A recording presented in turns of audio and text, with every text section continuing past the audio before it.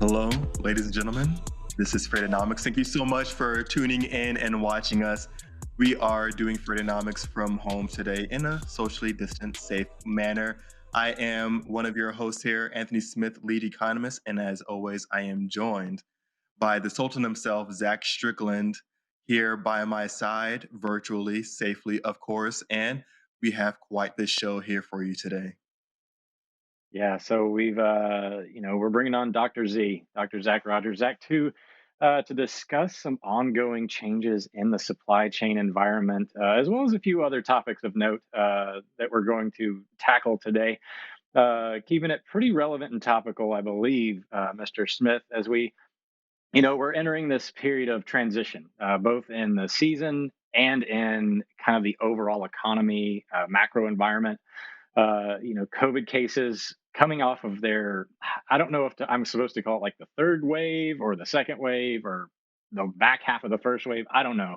Dr. Anthony Fauci is going to have to let me know what he thinks there. But we are at a pretty critical turning point in our world and the economy and the domestic economy. Unemployment levels starting to come back. Looks like things are starting to regulate there, if I'm not mistaken. No. So, I have a mini rant with employment. And you know what? Maybe also, by the way, I'm monitoring our socials live on LinkedIn if you are currently watching and streaming on a Wednesday at 2 p.m. Eastern Standard Time. So, of course, as always, you can comment and questions, anything like that. Get in on the show. Dane Adams just says hello, good afternoon from Salt Lake City. But yes, Zach, unemployment. Such a hot topic here in the last several months, is it not? It is. And I mean, many headlines would show or do show that there is some subtle improvements. I mean, we're looking at the unemployment rate, we're looking at initial jobless claims, openings, things like that. It all shows that there's been some subtle growth. And I'm not buying it. I'm not buying it. I'm a little bit skeptical overall. When we're looking at initial jobless claims, it's coming down. But we saw with the latest number that the week before had to get upward revised by like 33,000 or something like that. And so that doesn't instill confidence in me that there is an accurate data collection going on right now within at least the initial jobs claim. So we're looking at the unemployment rate. I think it was somewhere around 3.6%, no, 6.3%, excuse me. And That would have that's been not going to a be heck of a an recovery. accurate that's it. That would be a quick recovery. But I Yeah, don't think that's going to be an accurate depiction of where we are because there's millions of permanent job loss. There are individuals that are currently not looking for work right now that are not being counted. And even when you look at the U6, those that are keeping in count of those that aren't actively looking, it's still, I think, not quite capturing the full picture of where we are as an economy and where we're seeing right now for unemployment levels. And so I have some skepticism. I don't think it's going to be, I think it's going to be some time until we see what the true or the real impact is from COVID and employment. I think we might see full employment take hold by 2022, sometime next year, mid 2022. But I'm not really buying all of it right now when we're looking at initial jobs claims, when we're looking at unemployment. I don't think the true impact has really been um, fully, I don't think, processed through the means that we're looking at right now. So a little bit of yeah. skepticism looking at these numbers.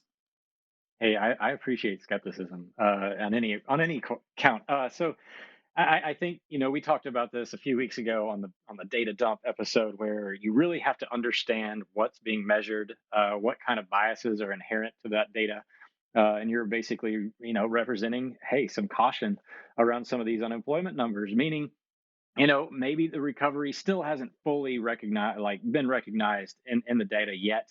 Hold your horses. I have a sense though that I think, as things warm up, the cases are falling pretty rapidly at this point, and the vaccine, of course, isn't going to hurt things.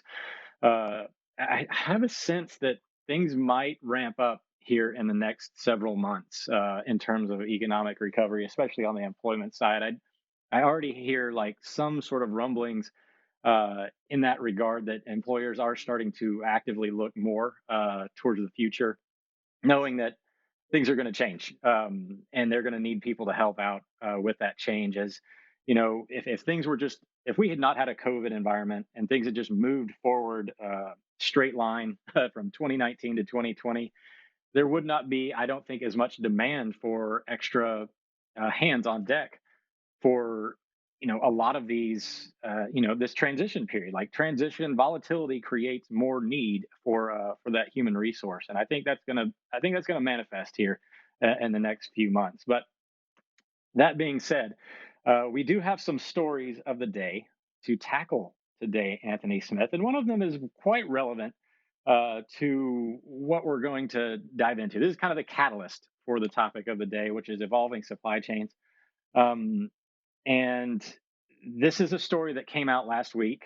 We were actually going to do it on last week's show before we kind of got pushed there, but it's involving companies' plans to reshore or near shore or change shores in whatever manner you want to approach it. There, basically changing where they're sourcing their products. 22% of them said they plan to reshore to the United States, so bring back some of that production from wherever it is. Obviously, a lot of it happening in China and Southeast Asia, but 24% in general say they plan to reshore to another country entirely.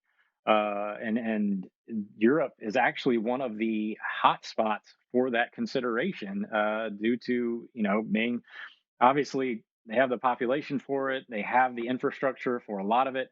Now, can we seamlessly replace China as our industrial production arena? No, by any means. But the idea is that this is going to gradually, over time, and it got a Kickstarter from COVID, uh, push a lot of that production to other places, which is going to have an inherent impact on the way that freight moves throughout the world, and of course, subsequently, the domestic United States. Yeah, I mean, one of the things that you mentioned there that really kind of stuck out for me is the infrastructure, and I think that's a huge part. I mean, it has the infrastructure, but the vast infrastructure that is China is just so hard to compete with and really kind of replace overnight, as you mentioned. And so I think when we're looking at nearshoring or reshoring, in a sense, it's going to be difficult to find all of the aspects that China has in another country or continent, such as Europe. Yeah, and I think one of the interesting aspects of this article, uh, is the fact that this is more driven by customer expectations than it is necessarily a company wanting to find cheap labor. Which is what initially created most of this sourcing, was the cheaper materials, cheap labor costs in China and Southeast Asia, making it a lot easier for companies to source things there. But and I think we're growing up as a global economy, if you Yeah. will, where a lot of the consumers are now not just wanting cheaper products or a cheaper option, but they want something that they want a wider range of value versus price, and I should say quality versus price, uh, and they just want more options, and they want, obviously, things faster and more reliably, and they're willing to pay along that curve for those items. And I think that's what we're seeing the evolution of, is COVID's kind of pushed that down the road a lot more. E-commerce becoming a huge factor in all this. But that being said, probably the biggest stories in the transportation sector, and we don't have a specific story other than several Nick Austin articles on FreightWaves.com, but the weather disruptions here over the last several weeks have continued to create this additional layer of tightness in the truckload market. We had the nor'easter at the end of January that hit the northeastern sector. Huge population center, a lot of consumption activity there, but also a lot of freight goes into that area of the country, as well as a big, huge hub of distribution.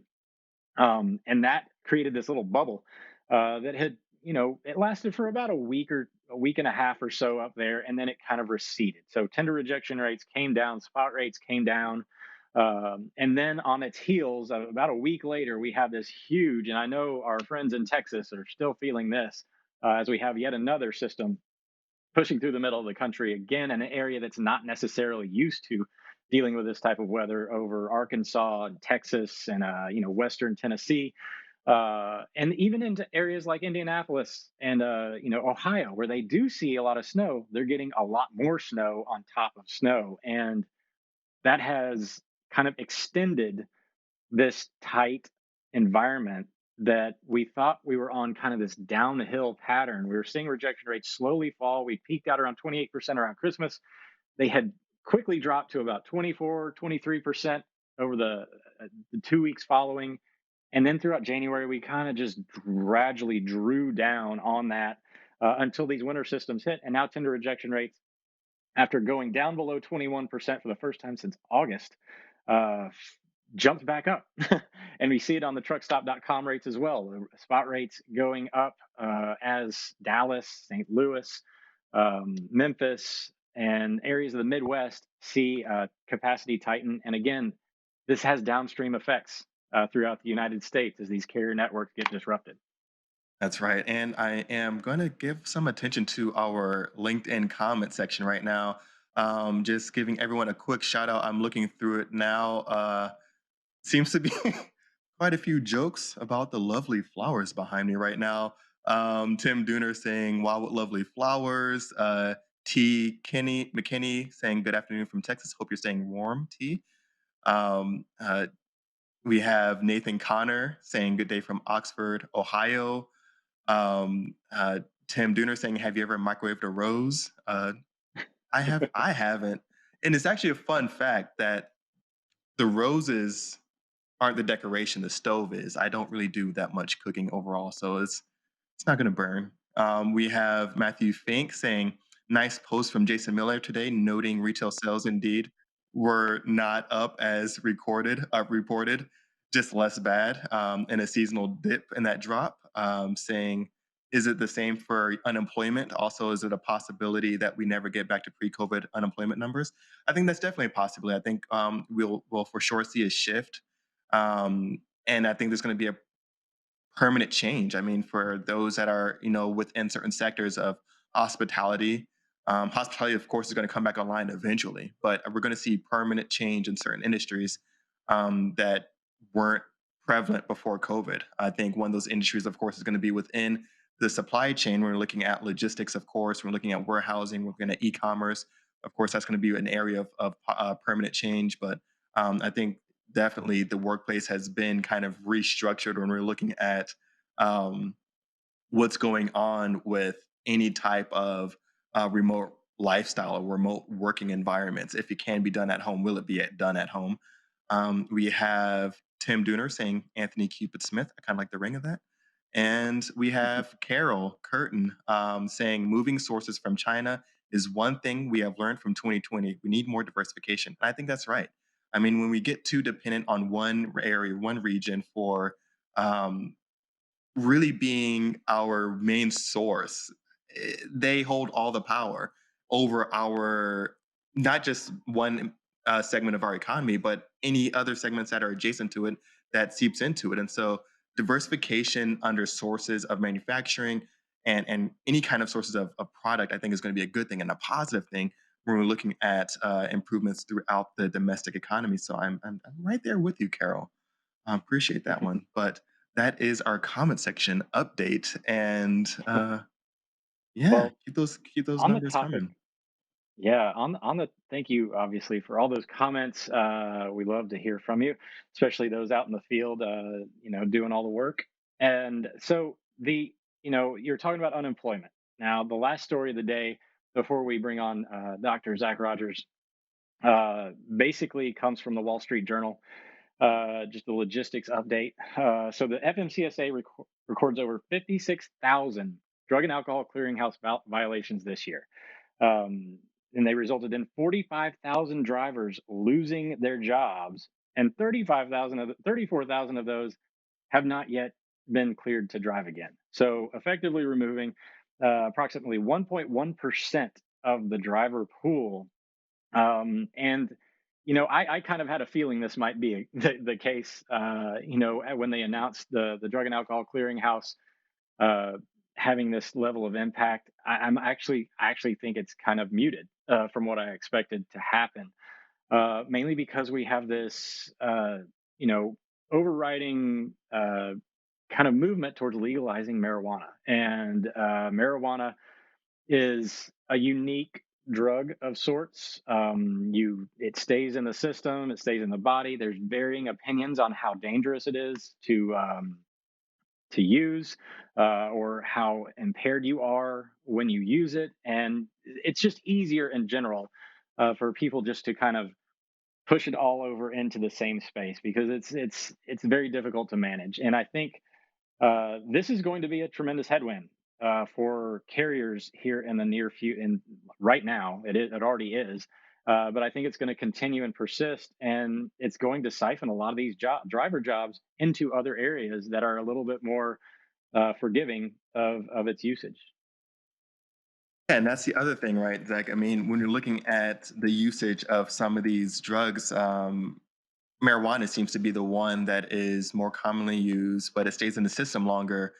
But I mean, if there's any kind of federal mandate put in place, we've seen it happen in Canada. We're seeing it propping up in different states. Colorado, like where Dr. Zac Rogers resides. I mean, it seems to be less harmful and even medicinal and helpful in some cases in some states put out. So it just seems like, there are limitations between testing and seeing when, of course, you don't want truck drivers driving around high. They just smoked or just ate a bunch of gummies and now they're hitting the road. But there is something for trying to test at that time. That's will be a little bit more pricey, right? A little bit more expensive to see when the last consumption was. Is that right?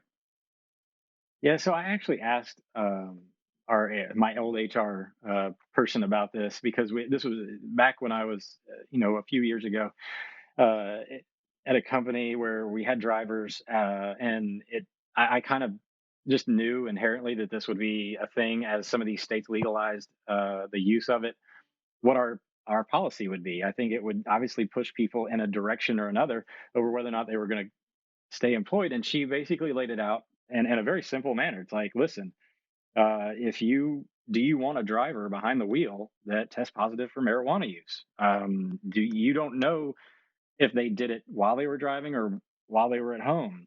The easiest way to deal with it is simply just make it completely. You can't use this while you are employed at this company. And it was really, really hard for me to argue that why would it be illegal to do this, at your work if it's legal for you to do it, out. And she's like, well, alcohol is not legal for you to do at the job.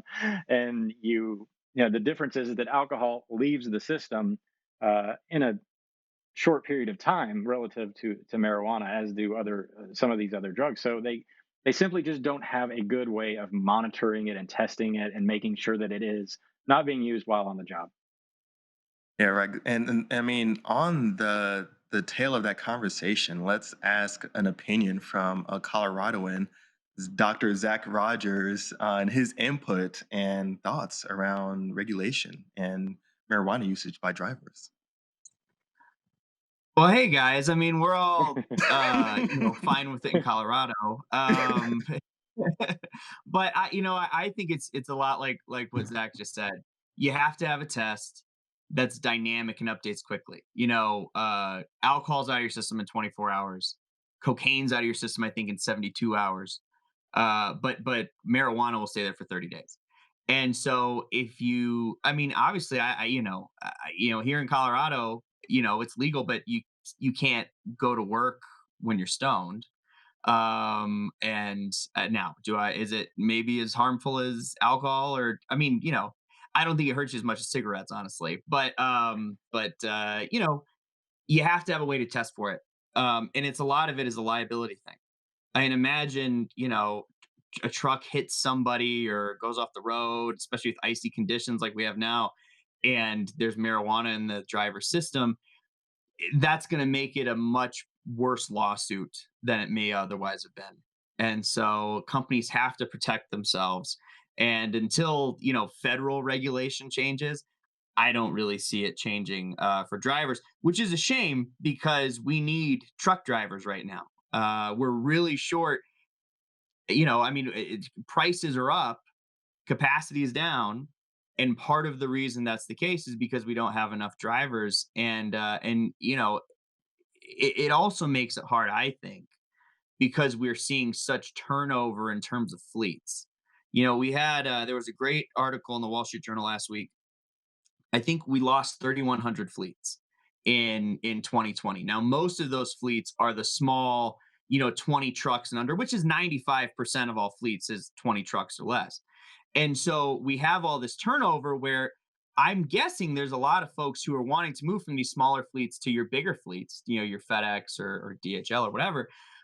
But we have all these sort of rules in place, and I think honestly, it's fine to have rules, it's fine to have regulations, but to crack down right now when there's such a labor shortage, it drives up prices for every other consumer in the economy. And so I think I don't know. I don't I don't want to I don't want to say anything controversial, but we really This is need things to be Freightonomics. This is a podcast for yeah, controversy. Yeah, And I mean, Carol Curtin in the comments saying, "What about CBD?" I mean, is that going to be something so that also pops up in a drug I test? think I think CBD, CBD is only it doesn't have the psychometric parts that like a THC has. So THC is where you get inebriated. CBD is like a Mhm. muscle relaxer, honestly. Right. I And does mean, that you pop can up on go down the test? street.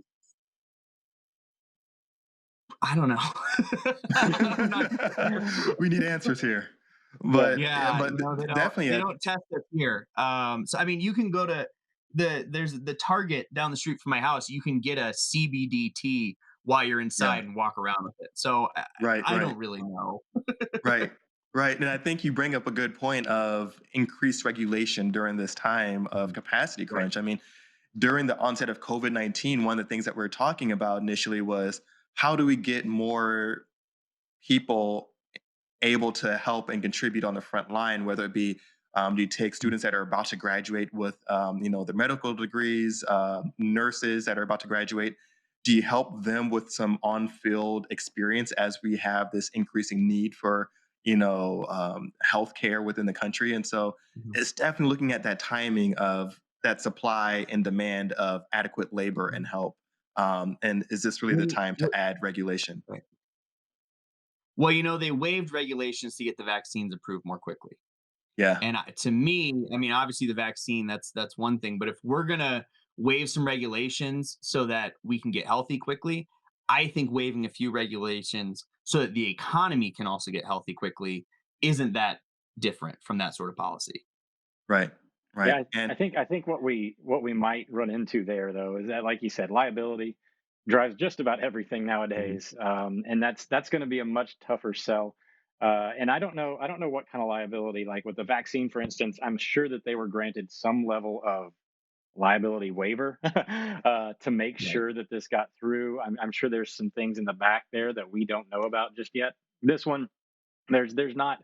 I mean, 1.1% reduction in the supply. A lot of the big carriers don't really mind this because it's keeping rates inflated, and that's not necessarily, eventually, I think everybody's kind of used to the carrier not having leverage in the market. So it's a short term situation for sure. With the COVID vaccine and things like that, that is something that has a much bigger implication, obviously. And I think that you're probably not going to get that argument by too many people, Mhm. in the in the regulation space, this with some sort of momentum behind it, in my opinion. and No, to you're tie it you're right. up, this subject here, we get Carol Curtin saying that it does pop up as a positive for CBD, but Dr. Zach Rogers, I mean, we only have a few minutes here left, and we always want that update on what's going on with the logistics managers index. I know it was a slight upward movement slightly this month. Is that correct? Oh, I thought we were just talking about drugs today, but okay, yeah, We let's can. do We the can go LMI. on another So, 30 minutes here. sure. So, so the LMI was up to a 67 in January, which is well above the average all time of 62, and up considerably from this time last year. So if you look at January last year, we're at about a 54. And again, just to remind everybody, any number above 50 means we're seeing growth month to month. Any number below 50 means contraction.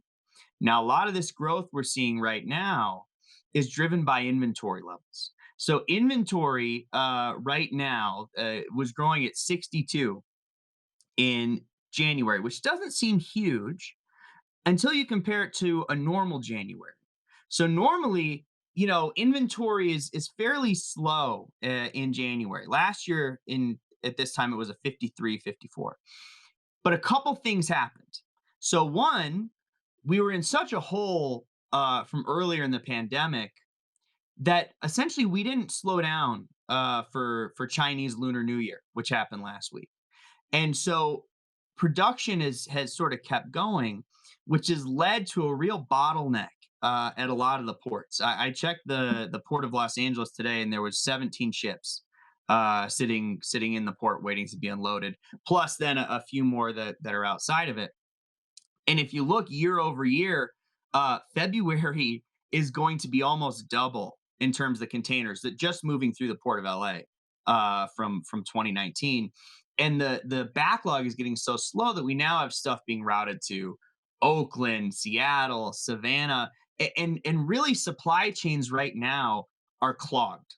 There's so much inventory sitting in there. I would almost compare it to like, it's like when you have to do the dishes, and Anthony, we just found out, doesn't cook. So Zach, this analogy is for you. So it's like when you have to do the dishes, and your sink is already so full of dirty dishes that you don't have any room to clean anything. It's like I'm just gonna, the water will overflow the second you turn it on.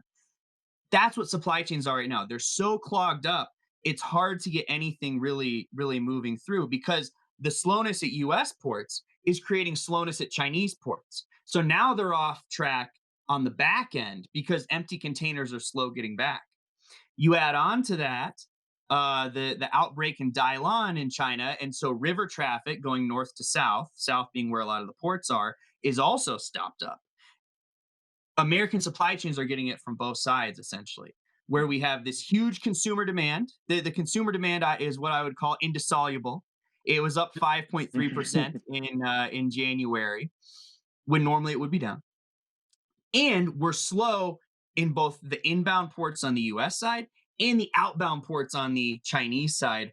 And basically, the supply chains are just constipated right now. So capacity is low, prices are up, and it's going to be a while until we can really get things moving at the rate that we need them to go. So are you seeing any kind of changes in some of these companies' supply chain? Like how quickly are they able to even change? Or are they changing at this point? They talk about it, but I So, don't know if there's any real changes happening. right. So transportation, you can ramp up more quickly. And we are seeing huge numbers of fleets being built right now. We're not seeing that same infrastructure though. I mean, a port is hard to expand. Warehouses are hard to expand. We ask always respondents, hey, over the next 12 months, what's going to happen? And so when we ask them about transportation capacity, they said, yeah, it'll grow at about a 62%, a 62 point clip. So we'll add significant amount of trucks over the next 12 months. Warehouses, 51, which basically means they're going to stay the same. And that's reflected in the prediction that warehouse price will be up at an 83 point rate. Okay, so we're going to see steep growth in infrastructure costs. If you think about capital infrastructure like warehousing, and it's because we just can't keep up. We're so far in the hole in terms of the infrastructure we need. E-commerce grew 3 years and 9 months, basically. And it's going to take us, I think, probably at least 3 years to catch up. And that seems to be what our respondents are saying as well. So, we can try to reshore, like you guys were talking about earlier. I think it's probably more likely to be nearshoring, given sort of the climate in the US. But that stuff takes time. And in the moment, basically, they always say you go to war with the army from the last war.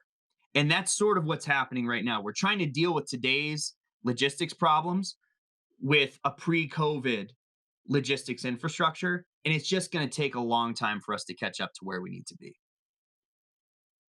Zach, we are running up on time here, but want to close it with one question because one of the things you alluded to is expectations and the future. And I'm Mhm. always interested to Yeah. know what your respondents said for future expectations with the LMI. Right. So future LMI is at a 68 and a half. So big growth across the board. 81 for inventory price, 79.9 transportation price, 83 like we said already for warehousing price. And it's interesting if you look at the split between upstream and downstream respondents. So downstream respondents being, retailers close to the consumer, they're predicting inventory price to go up at 10 points, no, sorry, 15 points faster than our downstream folks. Okay. And so they really think it's going to be tough in terms of holding all the inventory they need to hold to get forward to the consumer relative to the people who are upstream. And we don't normally see that sort of bifurcation in future indexes. So it's pretty interesting. Right. Zach, thank you as always. We appreciate your insights and thank you all for tuning in. As always, we will be back next week, but we have a special announcement. If you haven't already heard, we have the Global Supply Chain Summit happening all of next week, and hopefully we will also have Zac Rogers there. So stay tuned. I think we had a little too much drug talk, so we need some more LMI talk potentially next week. But thank you all for tuning in, and we'll see you on the next episode. Right Sounds on. good, guys. And drink more water.